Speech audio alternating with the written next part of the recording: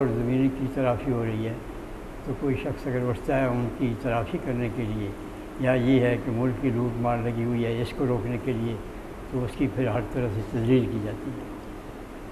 تو ہماری اب اس سلسلے میں ظاہر ہے کہ کیا ذمہ داری ہو سکتی ہے، ہم اپنے آپ کو اس بات کے لیے تیار رکھیں کہ ہم حق کا ساتھ دیں، انصاف کا ساتھ دیں، برائی سے خود بھی بچیں اور برائی کو دوسروں سے بچانے کی کوشش بھی کریں۔ دیکھیے نا، قرآن مجید روایت ہماری کیا ہے؟ قرآن مجید میں تو یہ آتا ہے کہ وَلَا يَجْرِمَنَّكُمْ شَنَآنُ قَوْمٍ أَن صَدُّوكُمْ عَنِ الْمَسْجِدِ الْحَرَامِ أَن تَعْتَدُوا۔ اسی سورہ میں آگے کہ وَلَا يَجْرِمَنَّكُمْ شَنَآنُ قَوْمٍ أَلَّا تَعْدِلُوا اعْدِلُوا، کہ تمہیں کسی قوم کی دشمنی جو ہے وہ زیادتی پر آمادہ نہ کرے، تم اس کے ساتھ اس لیے انصاف نہ کرو کہ اس نے تم پر ظلم کیا، اس نے تم پر زیادتی کیا، اور زیادتی بھی کیا؟ قرآن مجید کی جیسے کہ زیادتی کا ذکر ہے، اگر کوئی قوم تمہیں مسجد حرام کی کعبہ جانے سے روکتی ہے، سدراہ ہوتی ہے، تم اس کے ساتھ بھی ناانصافی نہیں کر سکتی۔ اب کعبہ سے روکنا تو یہ تو ان کے نزدیک بھی جرم تھا، لیکن وہ یہ کر رہے تھے، یہ نہیں تھا کہ یہ مسلمانوں کے نزدیک جرم تھا، اس کو تو وہ خود بھی نہیں سمجھتے تھے مشرکین مکہ جو ہے، لیکن انہوں نے روکا تو اللہ تعالیٰ نے فرما دیا نہیں، تم ان کے ساتھ بھی ناانصافی نہیں کریں۔ لا یجرمنکم شنآن قوم، جو تمہیں مسجد حرام میں جانے سے روکتے ہیں ان کے ساتھ بھی تم ناانصافی نہیں کریں، اعدلوا، تم عدل کرو۔ دو مقام پر آیا اسی صورت، اعدلوا، انصاف۔ کیا روایت ہے ہمارے پاس؟ قرآن مجید میں 28 مقامات پر یہ حکم ہے عدل کرنے کا اور ظلم سے باز رہنے کا۔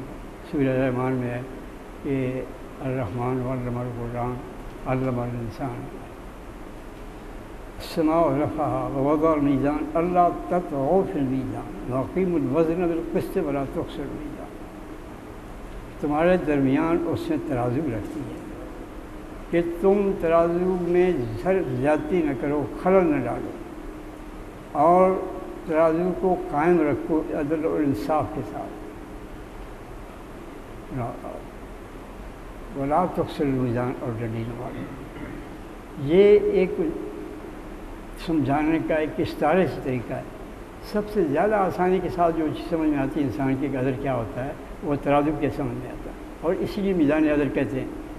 ترازو سے آپ کو پتہ چل جاتا ہے اس کی ترازو اب اتنی باریک ہیں دنیا کے اندر، اب بن گئی ہیں ترازو، اس میں اگر ایک پلڑے میں ایک ذرہ بھی زیادہ، یہ جو ایٹمی ترازو ہے ایک ذرہ بھی زیادہ تو وہ بتا دیتی ہے کہ ایک ذرہ زیادہ ہے۔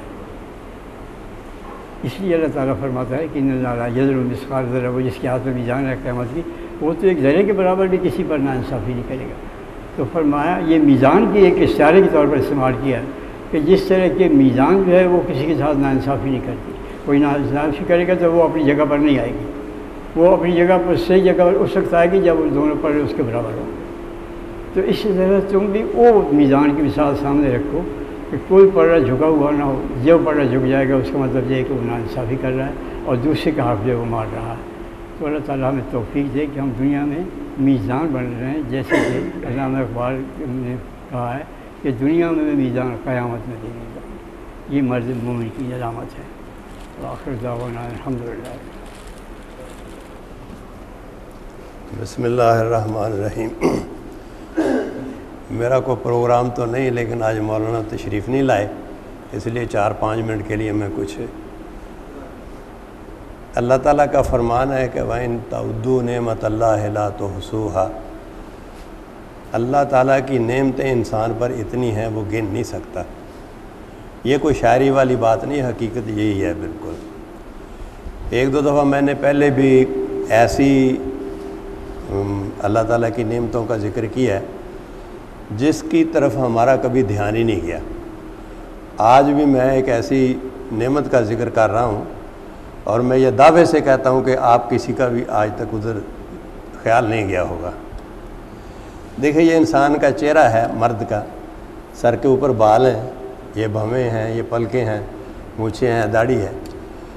یہ بال مسلسل بڑھتے رہتے ہیں، ہم اس کو کٹواتے رہتے ہیں، لیکن کبھی آپ نے یہ غور کیا کہ یہ پلکوں کے جو بال ہیں یہ نہیں بڑھتے،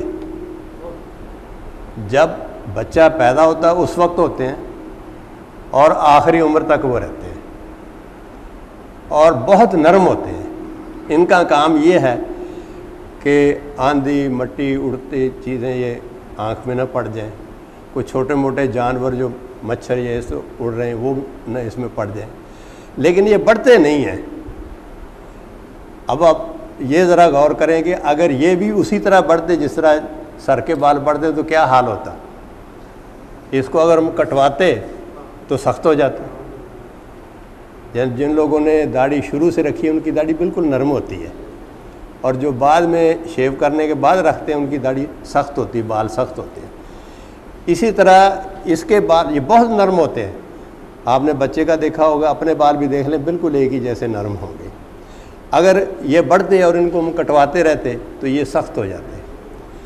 اب یہ ڈاکٹر صاحبان تو جانتے ہیں اس بات کو کہ اس کو پڑوال کہتے ہیں، کہ یہ تھوڑا سا اگر بال کی ڈائریکشن آنکھ کی طرف ہو جائے تو اس میں یہ لگ کے نہ زخم ہو جاتا ہے، اور بعض دفعہ یہ ہوتا ہے کہ انسان اندھا ہو جاتا ہے۔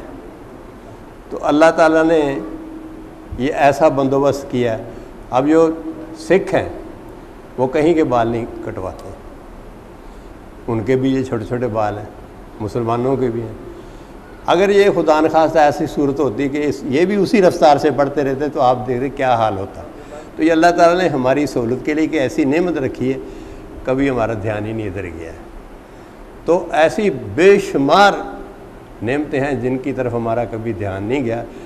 بہرحال اللہ تعالیٰ کا جو نعمتیں ہمیں پتہ ہے ان کا بھی، اور جو نہیں پتہ سب کا شکر ادا کرنا چاہیے ہمیں۔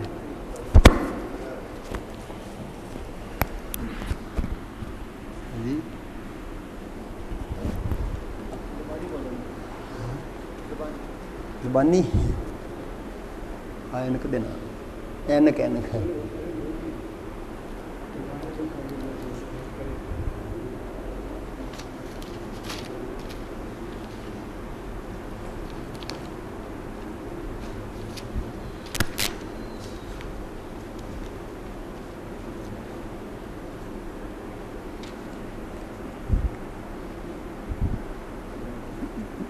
نحمدہ و نصلی علی رسول الکریم۔ اعوذ باللہ من الشیطان الرجیم، بسم اللہ الرحمن الرحیم۔ یہ کچھ ماہ پہلے بھی شاید میں نے اس میں سے یہ پڑھا تھا، یہ 40-45 سال پہلے کی یہ باتیں ہیں، اور میں ان کو مولانا محترم کی باتیں کہتا ہوں۔ اس وقت وہ بسم اللہ الرحمن الرحیم کے بارے میں پڑھا تھا، اب یہ ہے الحمدللہ رب العالمین۔ سب تعریفیں اللہ ہی کے لیے ہیں جو جہانوں کا پالنے والا ہے، یا شکر صرف اللہ ہی کے لیے ہے جو جہانوں کا پروردگار ہے۔ دنیا میں ہوش سنبھالنے کے بعد ہر کھلی آنکھ اور کھلا دل رکھنے والا انسان 3 چیزیں دیکھتا ہے۔ نمبر 1 ربوبیت، پروردگاری، نشو و نما کے لیے ہر انتظام۔ اپنے جسم پر نگاہ ڈالیں، ارد گرد کھانے پینے کی چیزیں، ہوا، سورج کی گرمی، چاند کی روشنائی۔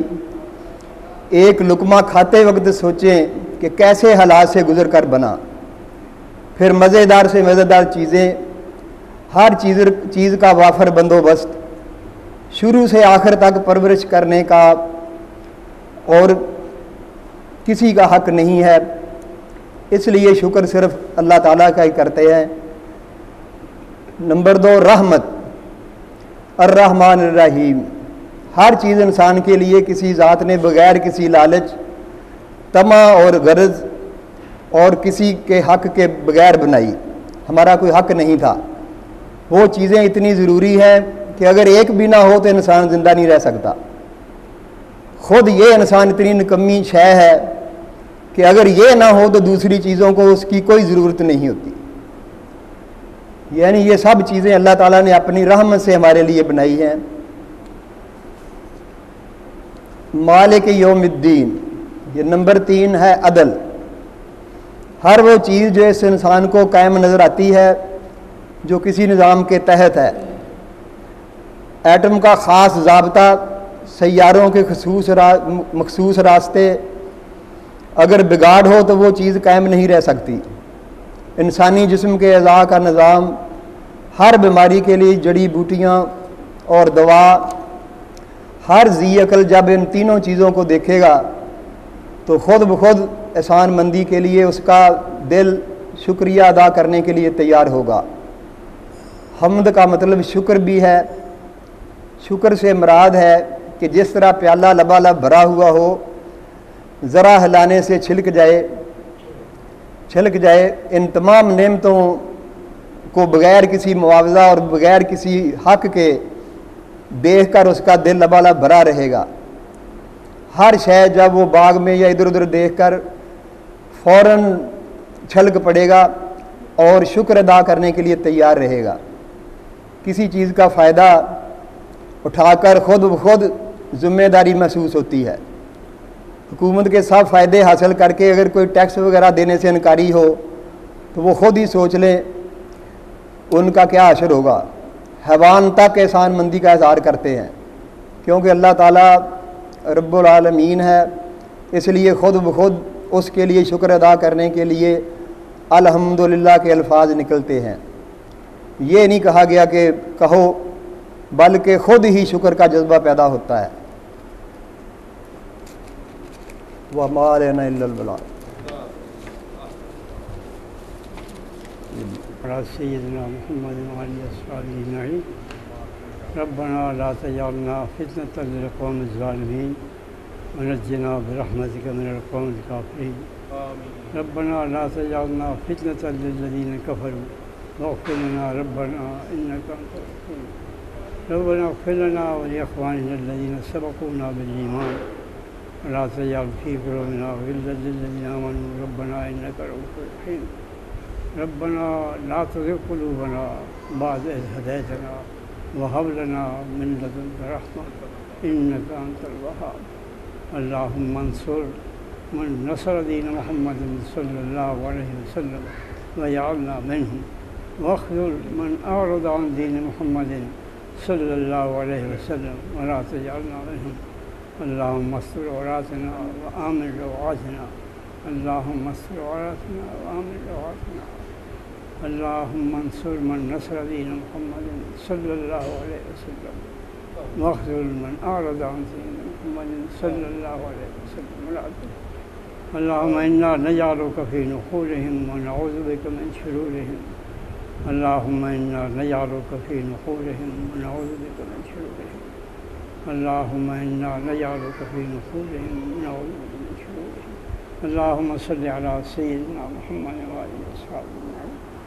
یہ جو دعا ہے اللهم إنا نجعلك في نحورهم ونعوذ بك من شرورهم، یہ خاص طور پر جب مصیبت اور پریشانی اجتماعی کا وقت ہو، دشمن کا مقابلے میں، تو اس وقت یہ نبی کریم صلی اللہ علیہ وسلم کے پڑھنی چاہیے۔ اور یہاں بھی جب بھٹو کے دور میں زیادتی ہو رہی تھی تو مولانا مودودی نے اخبار میں یہ بیان دیا تھا کہ یہ دعا